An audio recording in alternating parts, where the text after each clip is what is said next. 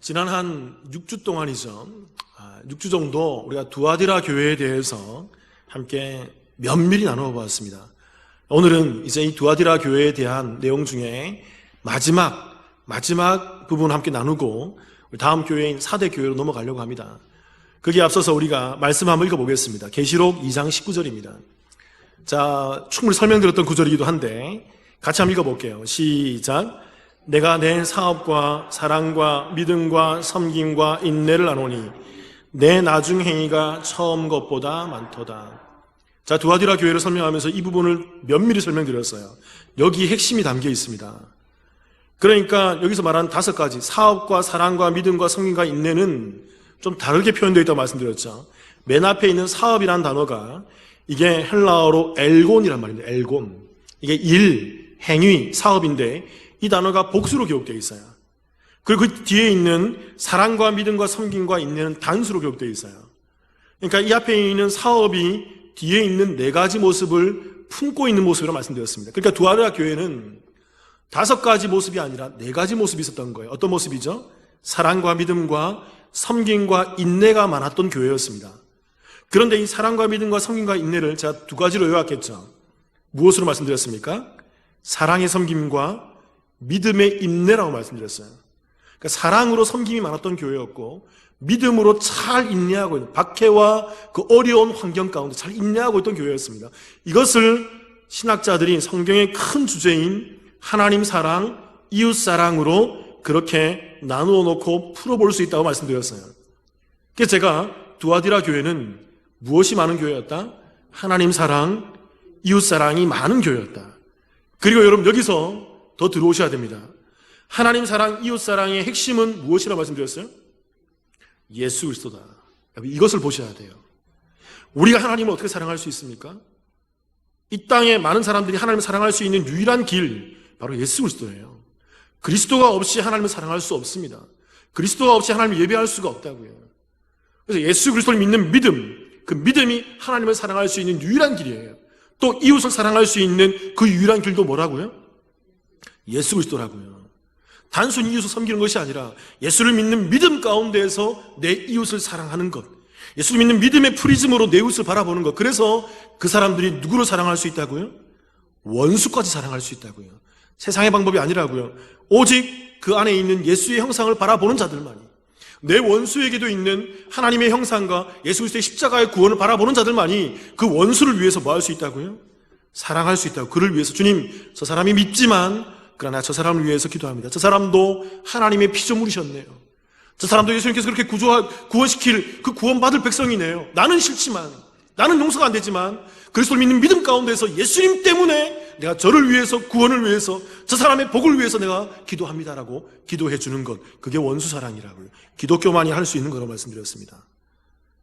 그리고 이것에 대해서 이것이 두아디라 교회의 일이었다는 것이죠. 이게 두아디라 교회는요, 그래서 한마디로 요약하면 예수님을 제대로 믿는 교회였어요.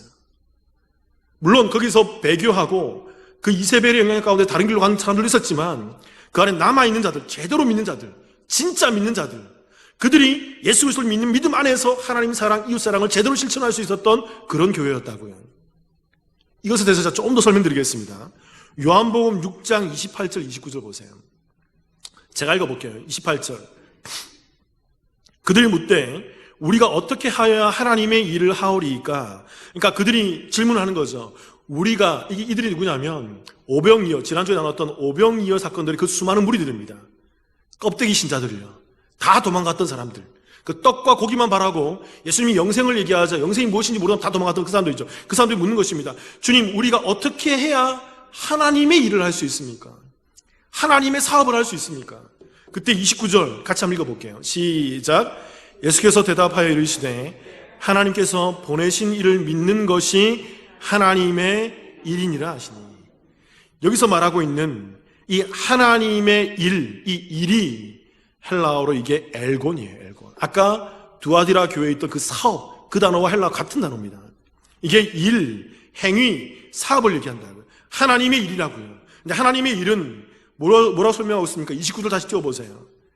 예수께서 대답하여 이르시되 하나님께서 보내신 일을 뭐 하는 거예요? 믿는 것. 하나님께서 보내신 이가 누굽니까? 예수 그리스도를 믿고 구원받는 것. 그게 뭐라고요? 그게 엘곤, 하나님의 일이라고요. 하나님의 사업이라고요. 그러니까 여러분, 교회 나오셔서 우리가 안내 봉사도 하고 주일 헌금 봉사도 하고 반주 봉사도 하고 목사는 설교로 봉사하고 여러 가지 성가대 지휘자 찬양대 우리가 하지 않습니까? 그런데 그 모든 일 가운데 하나님이 보내신 그 예수 그리스도를 믿는 일이 없다면 그건 교회의 일이 아니에요. 아시겠습니까? 오직 내가 예수 그리스도 믿는 믿음 안에서 그 교회에 나와서 어떤 일을 할 때 그 일이 의미가 있는 것입니다. 믿지 않고 있다 그러면, 예수 그리스도를 못 믿고 있다 그러면 어떤 좋은 일도 하더라도 그것은 하나님께 카운트가 안 된다고요. 그것은 세상의 일입니다. 하나만 더 볼게요. 마태복음 5장 16절입니다. 같이 한번 읽어볼게요. 시작. 이같이 너희 빛이 사람 앞에 비치게 하여 그들로 너희 착한 행실을 보고 하늘에 계신 너희 아버지께 영광을 돌리게 하라. 오늘날 기독교가 또 오늘날 개신교가 가장 잘못 번역하고 있는 말씀이에요. 잘못 보고 있는 말씀이에요. 여러분 말씀 보세요. 여기서 말하는 이 착한 행실, 이 착한 행실이 여기서 착한이란 말이 헬라어로 칼로스란 말입니다. 칼로스. 이게 선한, 좋은, 옳은 그런 의미라고요. 근데 제가 말씀드렸죠. 하나님께서 천지를 창조하시고 좋았더라고 할 때 그 좋았더라 히브리어 음력이 뭐라고요? 그 토브라고요. 그 토브란 말과 칼로스가 같은 의미예요. 히브리어로는 토브, 칼로스는 헬라어로는 칼로스. 이게 좋다란 말입니다. 선하다, 착하다는 말이에요. 그런데 여기 마태복음 5장 16절에 말하는 이 착한, 그 다음에 행실을 말하고 있죠. 이 행실이 헬라어로 엘곤이란 말입니다. 엘곤. 아까 그 단어라고요. 아까 그 두아디라 교회에 있던 사업, 요한복음 6장에 있던 그 하나님의 일, 그리고 마태복음 5장에서는 착한 행위, 착한 행실이라는 것입니다. 그러니까 마태복음 5장 16절 다시 띄워보세요. 잘 보세요 여러분. 16절. 이같이 너희 빛이 사람 앞에 비치게 하여 그들로 너희의 착한 행실을 보고, 그 뒤에 이렇게 되어 있죠. 하늘에 계신 너희 아버지께 영광을 돌리게 하라. 그러니까 잘 보세요. 이 땅에 있는 사람들이, 세상이 우리가 이것을 그냥 이렇게 해석한다면, 그냥 착한 행위, 좋은 일, 선한 일을 많이 하면, 우리 교회가 좋은 일 많이 하고 우리 교회가 선한 일 많이 하면 이 땅에 있는 많은 사람들이 하나님께 영광을 돌릴까요? 질문해 보세요 여러분 스스로. 얼마 전에 이런 일이 있었습니다. 한국 교회가 정말 큰 실수를 했어요. 하지 말아야 될 그런 모습을 보였습니다. 제가 볼 때도 그건 너무 좀 심했어요. 하면 안 됐어요 여러분. 그런데 어떤 지방에 또는 어떤 교회에서 현수막을 걸었습니다. 그 현수막의 내용이 이런 내용이에요. 교회가 잘못했습니다. 여러분 어떻게 생각하십니까? 그래서 많은 그 매스컴에서 떠들면서 그 교회 잘했다. 그 교회가 저래야지. 교회가 잘했네. 선한 일 했네. 교회가 저런 모습을 해야지. 질문 드릴게요 여러분. 교회가 그 현수막을 들었다고 해서, 그렇게 세상이 칭찬할 만한 그 현수막을 걸었다고 해서 그 교회 주변에 있는 사람들이 그 교회에 나와서 하나님께 영광을 돌리며 예배 드렸을까요? 이제부터 내가 하나님 믿어야지, 예수 예배 잘 드려야지, 그렇게 했을까요? 잘 아셔야 돼요 여러분. 이런 착한 행실로는 그건 그냥 세상이 착한 일이에요. 제가 이 일이 잘못됐다는 얘기가 아닙니다. 그 교회 잘했어요. 우리 교회도 세상 가운데 좋은 일 많이 해야 돼요. 착한 일 많이 해야 돼요. 그런데 오늘 마태복음 5장 16절에서 말하는 이 착한 행실은 그런 행위가 아니라고요. 다시 한번 띄워보세요. 5장 16절. 이같이 너희 빛이 사람 앞에 비치게 하여 그들로 너희 착한 행실을 보고. 여러분 착한 행실이 뭘까요? 여기 힌트가 되어 있습니다. 여기에서 말하는 착한 행실이 뭘까요? 너희 빛이 사람 앞에 띄워주세요. 다시 한번. 너희 빛이 사람 앞에 비치게 하는 것, 이게 착한 행실이라는 거예요. 질문 드려볼게요 여러분. 성경 전체에서 우리 안에 있는 빛, 이 땅에 오신 빛으로 오신 누구를 말합니까? 예수 그리스도예요 여러분. 그러니까 여러분 오늘 이 구절에서 말하고 있는, 마태복음 5장 16절에서 말하고 있는 착한 행실, 그것은 우리 안에 있는 그 빛, 그 빛은 누구? 예수 그리스도를 세상에 비춰주는 거를 뭐라는 거예요? 그걸 착한 행위, 착한 행실, 착한 일, 착한 사업, 교회만이 할 수 있는 본질적인 일, 그래서 여러분 그 착한 행실로 말미암아 그 예수 그리스도를 제대로 비춰주는 그 빛으로 말미암아 세상이 어떻게 되는 거예요? 그 예수 그리스도를 보고 깨닫고 듣고 알아서 그리스도로 말미암아 나와서 하나님께 제대로 예배드릴 수 있는 거예요. 여러분 그게 전도입니다. 전도가 뭘까요? 교회 나오세요. 야, 예수 믿어라. 교회 한번 와봐. 물론 그렇게 나와서 예수 믿는 사람도 있어요. 근데 성경적인 전도, 성경적인 복음적인 전도가 뭘까요? 내 안에 뭐가 먼저 있어야 돼요? 그 빛이 있어야 된다고요. 내 안에 그 예수 그리스도가 있어야 된다고요. 그 예수 그리스도가 내 안에 있어서 그 그리스도의 빛으로 내 주변에 있는 자녀에게, 내 배우자에게, 내 가족에게 그 빛을 비춰주는 것입니다. 그게 전도예요. 그러니까 내가 먼저 그 빛을 소유하고 있어야 되는 거예요. 그래서 여러분 전도는 예수 믿지 않는 사람이 할 수 없는 거라고요. 예수가 없는 사람이 할 수 없는 거라고요. 그리고 전도는 예수 믿는 사람이 꼭 할 수밖에 없는 거예요. 왜요? 내 안에 빛이 있는데, 내 안에 이 빛이 있는데 이 빛을 어떻게 숨길 수 있습니까, 여러분? 빛은 어둠 가운데 드러나게 되어 있어요. 그래서 그 빛으로 말미암아 이 주변에 있는 사람들이 그 내 안에 있는 그 빛, 그 착한 행실로 그들이 예수 그리스도를 발견하고 그 빛을 보고 나와서 예배를 드리고 하나님께 영광을 돌려드릴 수 있는 것입니다. 그러니까 여러분, 기독교의 본질은요, 예수 그리스도예요. 예수 그리스도가 빠져버리면 아무것도 아닙니다. 예수 그리스도가 없으면 아무것도 안 돼요. 복음도, 전도도, 사랑도, 자비도, 이웃사랑도, 하나님 사랑도 아무것도 안 돼요. 오직 예수 그리스도가 전제가 되어 있어야 됩니다. 이 그리스도가 있는 자들이 코로나19 가운데에도 흔들리지 않는 거예요. 코로나20, 코로나30 그 가운데도 흔들리지 않는, 그리스도가 없기 때문에 흔들리는 것입니다. 여기에 미약하기 때문에, 이 믿음에 대해서 내가 온전하지 않기 때문에. 오늘 도와드려 교회 남은 자들은요, 이 예수 그리스도를 붙잡고 세속에 물들지 않으며 그들의 신앙을 고수해오고 잘 감당해왔습니다. 그래서 그들을 주님께서 칭찬하시는 거죠. 그들이 바로 남은 자들이다. 남은 자들이다. 자, 이런 남은 자를 향해서 주님의 두 번째 말씀이 있습니다. 지난주에 나눴던 첫 번째 말씀은 무슨 말이었죠? 굳게 잡으라. 굳게 붙잡으라는 말씀이었고, 오늘 두 번째 말씀은 따라해 볼게요. 새벽별을 주리라. 네, 새벽별을 주신다는 거죠. 말씀 같이 읽어보겠습니다. 계시록 2장 28절이에요. 같이 읽어보겠습니다. 시작. 내가 또 그에게 새벽별을 주리라. 주님께서 그 남아있는 두아디라 교회에게 칭찬하시면서 너희 참 잘하고 있어. 너희 나를 굳게 붙잡을 거야. 그러면 내가 너희에게 새벽별을 줄게 라고 얘기하는 거죠. 근데 새벽별에 대해서 많은 성경학자들이 궁금해서 찾아보았습니다. 논쟁이 많았어요. 뭐 이거다 저거다. 근데 여러분 성경을 보는 가장 확실한 방법은 뭐냐면 성경이 성경을 뭐라고 얘기하는지, 본문 말씀이 본문 말씀 뭐라고 얘기하는지, 그렇게 나타날 때, 확인할 수 있을 때 그 말씀의 의미를 정확히 알 수가 있다는 것입니다. 오늘 이 말씀에 대해서 요한계시록 22장 16절이 설명하고 있어요. 자, 한번 읽어볼게요. 이런 말씀이 있습니다. 나 예수는 교회들을 위하여 내 사자를 보내어 이것들을 너희에게 증언하게 하였노라. 나는 다윗의 뿌리요 자손이니 곧 광명한 새벽별이라 하시더라. 그러니까 여기서 예수님께서 내가 뭐라고요? 광명한 새벽별이다 얘기하는 거죠. 근데 여기서 서두에 나와 있는 나 예수님이라는 단어가 이게 헬라어로 이 말입니다. 에고 이 예수스. 에고 이 예수스. 이 말은 주격 1인칭 대명사로 기록되어 있어요. 이 말은 좀 어렵지만 이런 문법이 뭐냐면 이것은 강조하는 의미예요. 좀 더 분명히 얘기하면 단호한 어조입니다. 그러니까 이런 의미죠. 나 예수는 지금 너희들한테 분명히 말해. 잘 들어. 나 지금 온전히 분명히 얘기한다. 내가 그 내용 뒤에 내용이 이래요. 내가 나를 증언하기 위해서 내 사자와 내 종들을 너희들에게 보냈어. 교회들에게 보냈어. 그래서 그 교회들이 나를 많이 증거했단 말이야 라고 얘기하는 거죠.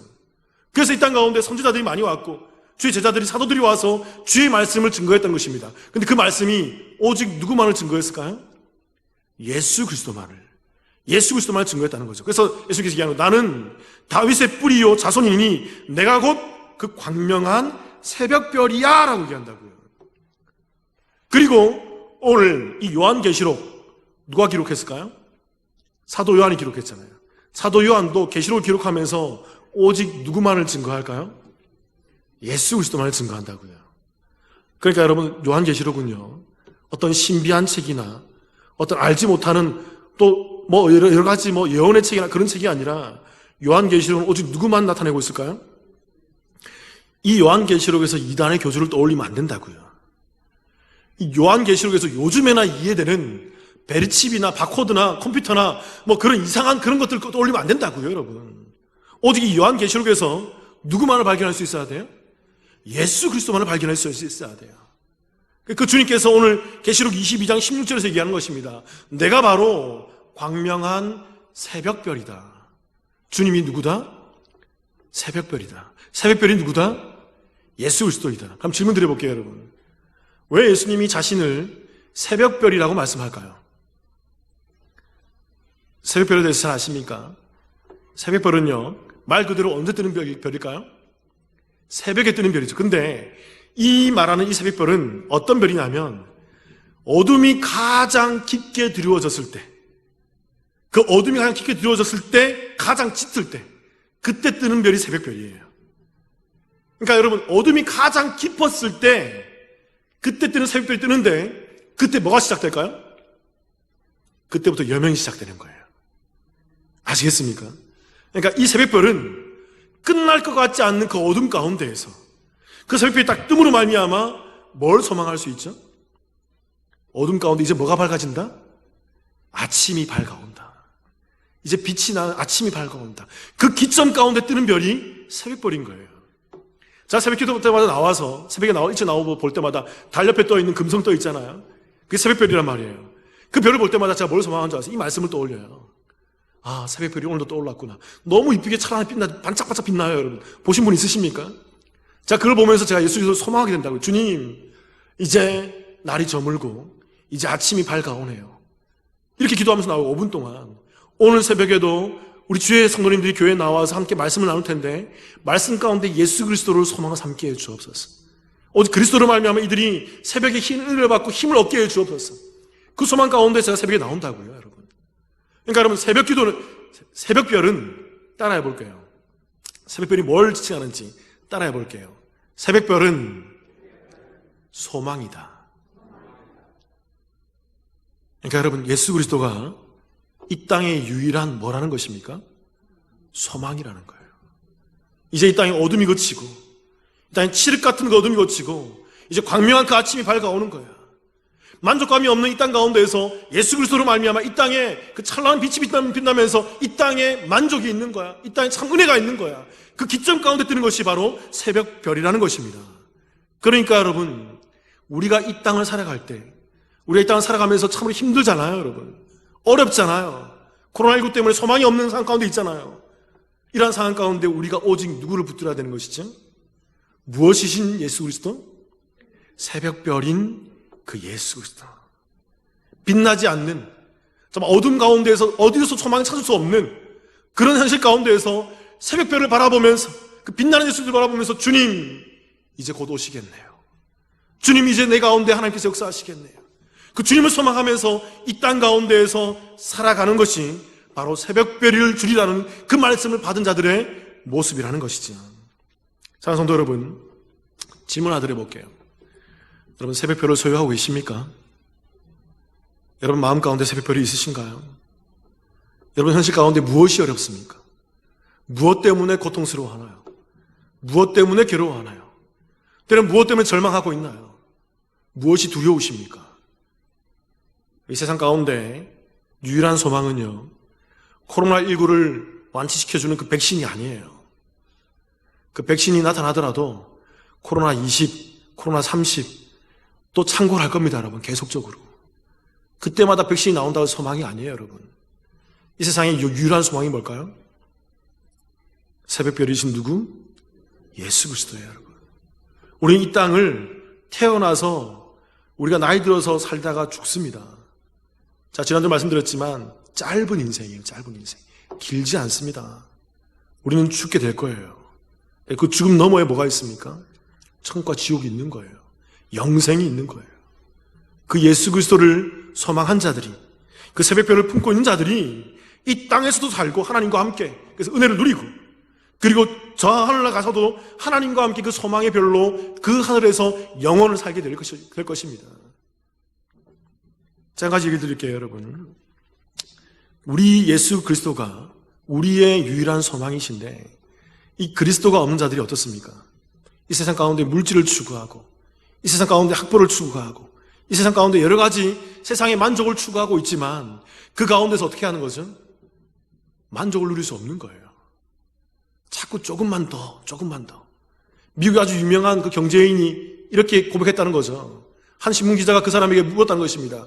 당신에게 있어서 유일한 소망이 무엇입니까? 그 사람이 은퇴할 때 그때 유명한 대답을 했다는 거죠. 조금만 더.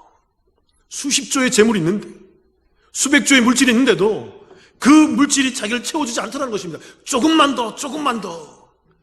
세상은 그래요, 여러분. 우리가 무엇으로 만족할 수 있을까요? 오직 새벽별이신 예수 그리스도. 우리가 새 생명할 때 나누지만 수가성의 이 여인을 기억하십니까?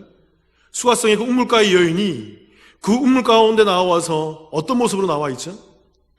예수님께서 그에게 질문하잖아요. 네 남편을 데려오라. 그때 여인이 저게 남편이 없습니다. 그때 예수님께서 뭐라고 얘기하십니까? 네 말이 옳도다. 너에게 과거에 남편이 5명이 있었지만 지금 함께 살고 있는 남자는 네 남편이 아니지. 여러분, 이 여인의 삶의 고민이 무엇인지 아십니까? 이 여인은 무엇으로도 채워지지 않더라는 거예요. 그 우물가에서 갈증을 느끼고 있는 여인의 모습이에요. 삶에 있어서 어떤 걸로 채워지지 않는다는 것이에요. 세상의 물, 세상의 만족, 남자로 채워지지 않더라는 것입니다. 그래서 이 남자일까? 저 남자일까? 이 남자일까? 바꿔봐도 안 되더라는 것이에요. 그래서 아무나 걸린 사람하고 살고 있는 것입니다. 그래도 채워지지 않는 갈증을 느끼고 있는 그 여인의 모습이에요. 그때 예수님께서 그 여인에게 나타나서 내가 바로 그 예수 그리스도라고 증명하니까 이 여인이 갑자기 변화되면서 동네에 뛰어나가서 그전에는 만나지 않던 사람들, 피해다녔던 사람들 뛰어나가서 내가 바로 그 예수를 만났다라고 증거하면서 확신 가운데 증거하는, 전도하는 그 모습을 보이고 있더라는 것입니다. 여러분, 사람에게는요 영적인 비어진 자리가 있어요. 하나님에게서 멀어진 실낙원한 사람들, 에덴에서 추방된 하나님을 경험하지 못하는 영적인 곰핍함이 있다고요. 이것은 물질로 채워지지 않습니다. 유명한 아이돌로 채워지지 않는다고요. 유명한 학업으로 채워지지 않는다고요. 학벌로 채워지지 않는다고요. 우리 자동차, 우리 집으로 채워지지 않는다고요. 오직 누구로요? 예수 그리스도만으로 채워질 수 있는 것입니다. 그래서 여러분, 유명 인사들이, 유명한 경제인들이 그들이 소망으로 삼고 있던 그 유명세가, 그 물질이 사라지자 어떻게 하는 거죠? 뛰어내리는 거예요. 그게 그들의 유일한 소망이었거든요.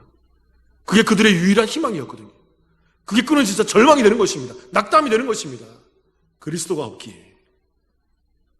자, 성도 여러분, 이 예수 그리스도를 부여잡고 이 땅 가운데 새벽별을 소유하여서 그 희망의 새 아침을 바라보는 저와 여러분의 삶이 되시기를 주님의 이름으로 축원합니다. 자, 이 두아디라 교회를 마무리하면서 제가 한 가지만 더 여러분과 좀 나누려고 합니다. 이 두아디라 교회를 제가 살펴보니까 두아디라 지역 가운데에서 가장 유명했던 우상이 하나 있었어요. 지정학적으로도 두아디라 교회가 있던 그 교회의 맞은편에 위치한 신전이 하나 있었습니다. 그 터가 남아있어요, 지금도. 이 신전의 이름이 뭐냐면 바로 이게 아폴로 신전이에요. 그래서 이 두아디라 전체 지역 가운데서 가장 유명한 우상이 누구였냐면 아폴로 신이었어요. 근데 이 아폴로 신은 누구의 아들일까요? 그리스 신화 가운데서 가장 위대한 신 누구죠? 제우스 신의 아들이 아폴로 신이었어요. 그래서 두아디라 사람들이 모두 다 이렇게 고백했다는 것입니다. 제우스의 아들 아폴로가 우리에게 복을 줘. 제우스의 아들 아폴로가 우리에게 희망을 줘. 제우스의 아들 아폴로가 우리를 먹게 살게 만들어. 제우스의 아들 아폴로가 우리에게 건강을 줘. 그래서 그들이 그 길르 축제 때, 그 수많은 그 상인 축제 때 그 아폴로 신전에 모여서 함께 먹고 마시고 행음하면서 온갖 우상의 제물을 바치면서 그렇게 잘못된 모습을 보이고 있더라는 것입니다. 그런 두아디라 교회를 향해서 주님께서 두아디라 교회를 향한 첫 번째 말씀이 이 말씀이에요. 잘 보세요. 계시록 2장 18절입니다. 제가 한번 읽어볼게요. 두아디라 교회 사자에게 편지하라. 그 눈이 불꽃 같고 그 발이 빛난 주석과 같은 하나님의 아들이 이르시되. 세 가지를 말씀합니다. 첫 번째는 눈이 불꽃 같다. 심판주의 모습을 보여요. 주님의 눈이 불꽃 같다는 말이 무슨 말일까요, 여러분? 그 주님의 눈이 불꽃같이 빛나면서 우리 인간의 중심을 다 들여다본다는 것입니다. 네가 예수를 믿고 있는지, 안 믿고 있는지, 네가 지금 죄를 범하고 있는지, 은밀한 가운데 즐기고 있는지 다 보신다는 거예요. 다 카운트한다는 것입니다. 그래서 우리가 주님 앞에서 어떻다는 것입니까? 숨길 게 없다는 거예요. 그래서 이 땅 가운데 남아있는 그 예수 그리스도를 믿는 자들은 세상의 유혹 가운데서도, 세상의 미혹 가운데서도 다 전하고 다 끊어내고 어떻게 하는 거죠? 주님이 나를 보고 계셔. 예수님이 지금 나를 보고 계신단 말이야. 주님이 예배 드리고 있는 나의 모습을 다 알고 있단 말이야. 그러면서 그 믿음 가운데에서 우리가 깨어있어서 하나님께 나와 예배를 드리는 것입니다. 그게 살아있는 성도들의 모습이에요. 불꽃 같은 주님의 눈동자를 떠올리는 자들. 또 두 번째, 발이 빛난 주석과 같다는 말이 무슨 말일까요? 이게 두아디라 지역의 특성 때문에 그렇습니다. 두아디라 지역은요, 주석이 발달했대요. 그래서 그들 가운데 있는 구리와 아연의 합금인 이 주석으로 로마 군대가 이 두아디라에서 생산되는 이 주석으로 무기를 많이 만들었다는 것입니다. 당시에 이런 말이 유행했다는 거예요. 이 칼이 두아디라째야. 이 방패가 두아디라째야. 그러면 모두 다 뭐라고 했을까요? 야, 명품이네, 명품. 참 귀한 거네. 그렇게 여길 정도로. 주님께서 말씀하시죠. 내 발이 빛난 주석과 같다. 무슨 말일까요? 내가 이런 권세가 있다는 거예요. 두아디라에 있는 칼과 방패가 힘이 아니라 내가 바로 이 땅에 진짜 발을 딛고 있는 그 신적인 권세를 가지고 있는 자잖아. 내가 바로 이 땅에서 제대로 된 힘을 발휘하고 있는 그 창조주야, 조물주야. 내가 바로 그란다라고 그렇게 주님께서 힘주어 말하고 있는 것이죠. 그리고 세 번째 이렇게 말하고 있죠. 하나님의 아들이 이르시되. 하나님의 아들이라는 표현이 계시록에 여러 번 등장하는 것 같지만 여러분 오직 이 구절에만 등장하고 있습니다. 유일한 구절이에요. 무슨 말일까요, 여러분? 두아디라 지역 사람들아, 두아디라 지역에 살고 있는 너희 남아있는 성도들아, 아폴로가 유일한 그 제우스의 아들이라고? 그 제우스의 아들 아폴로가 힘을 준다고? 제우스의 아들 아폴로가 너에게 능력을 준다고? 제우스의 아들 아폴로가 너에게 명예를 주고 권세를 주고 너에게 복을 주고 건강을 준다고? 그런 거 아니야. 내가 바로 하나님의 아들이야. 내가 이 세상 유일한 그 하나님의 아들이야. 내가 바로 그 하나님의 아들, 그리스도로 이 땅에 와서 빛나는 그 주석과 같이 이 땅을 밟고 서 있고 그 불꽃 같은 눈으로 너희들 들여다보고 있단다. 그러니까 너희들 나를 소유하고 나를 바라보고 나를 믿는 그 믿음에서 변개치 말고 이 땅을 살아가야 할 거야. 사랑성도 여러분, 질문 드려볼게요. 예수님을 믿으십니까? 예수님을 믿으세요?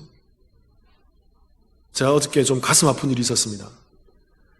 저희 교회 성도님들 중에 코로나19 때문에 우리가 간격을 버려서 1부 예배, 2부 예배 충분히 우리가 안전장치를 하고 마스크 쓰고 이렇게 하는데도 8개월이 넘었는데 한 번도 저에게 나오지 않았던 분들께 제가 연락을 쫙 드렸어요. 모두 다 전화를 받지 않아요. 제가 가끔 전화하거든요. 이제는 전화해 놓은 것 같아요. 전화번호에다가. 이건 교회 목사님 전화번호. 안 받더라고요. 처음 한두 분은 그럴 수 있다고 생각했습니다. 그런데 10명째 넘어가고 20명째 넘어가니까 마음이 아프더라고요.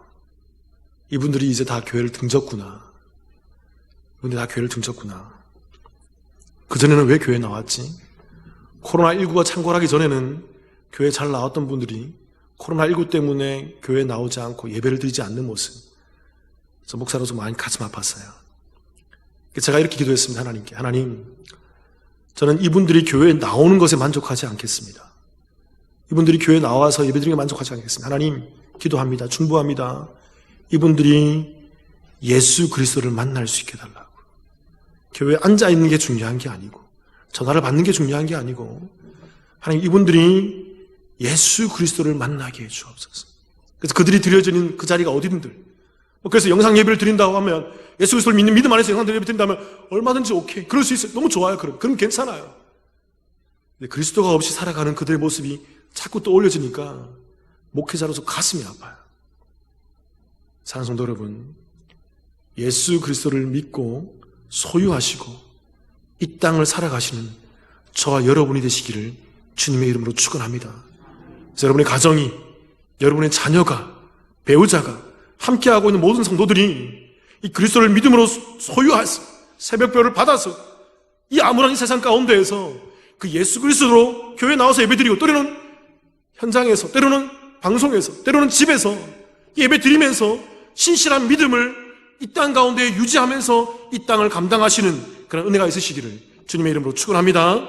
함께 기도하시겠습니다.